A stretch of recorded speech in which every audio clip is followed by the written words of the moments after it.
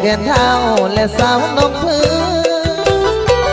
เคยสร้างข่าวลือสาวน้องพื้นน้องบ่ใจดำถึงอายเชื่อจน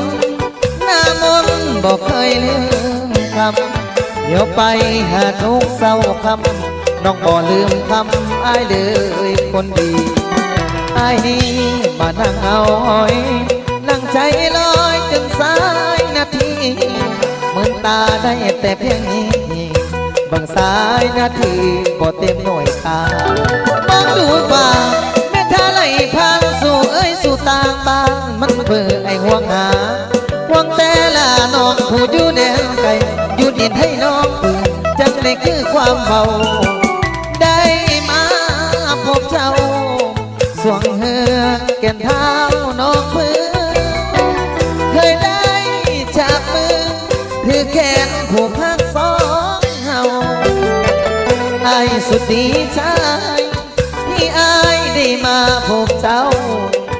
ขอให้ความพักสองเฮายืนยาวตลอด4 วันสายเมืองกันสายแดนเป็นเขต2 ประเทศอายน้องต้องสร้างร่วมกันเมืองขีดกันก็ตามทางน้องสาวแต่ว่าใจของเราบอกกิดกันกับพ่อแล้วเหมือนมีแนวสักจูงให้ไปเป็นเคยกันทางเมืองเลยเคยไปทำบุญร่วมกันสองเราเคยสร้างสัญญาผูกพักสัมพันธ์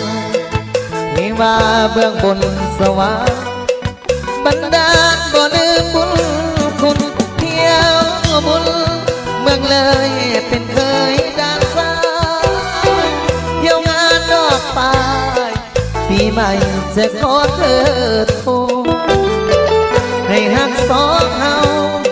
สองปองอย่าได้เครื่องคนหักเฮาอย่าได้เสื่อมโทรมจะขอเธอทูเทศกาลลาวไทยเมื่อเป็นไทยยุติลาวน้ำอายบอกขอแต่น้ำหักแค่บ่แบบปีนเพียงใจน้องยาใดมีไว้ใจสองมาตับขอความหักต่อกันอย่าไม่มา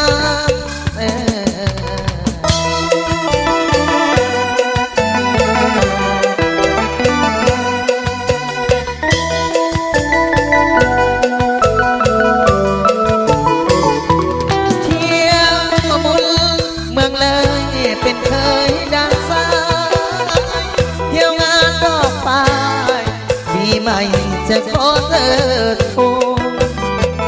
ให้หักสองเฮาสองปองอย่าได้เครื่องคนหักเฮาอย่าได้เสื่อมโทรมจะขอเธอตูนเทศกาลลาวไทยเมื่อเป็นไทยนุ่มพ้นห้องน้ำอายบอกขอแต่น้ำหักแค่บ่แต่ปีเพียงใจน้องยาใดใจสองมาปะโคความหักต่อกันอย่าไม่มา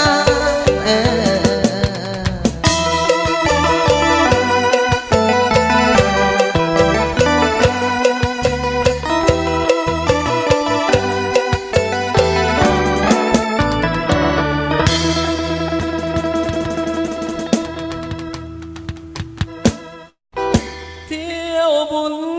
เมืองเลยเป็นเคยด้านซ้าย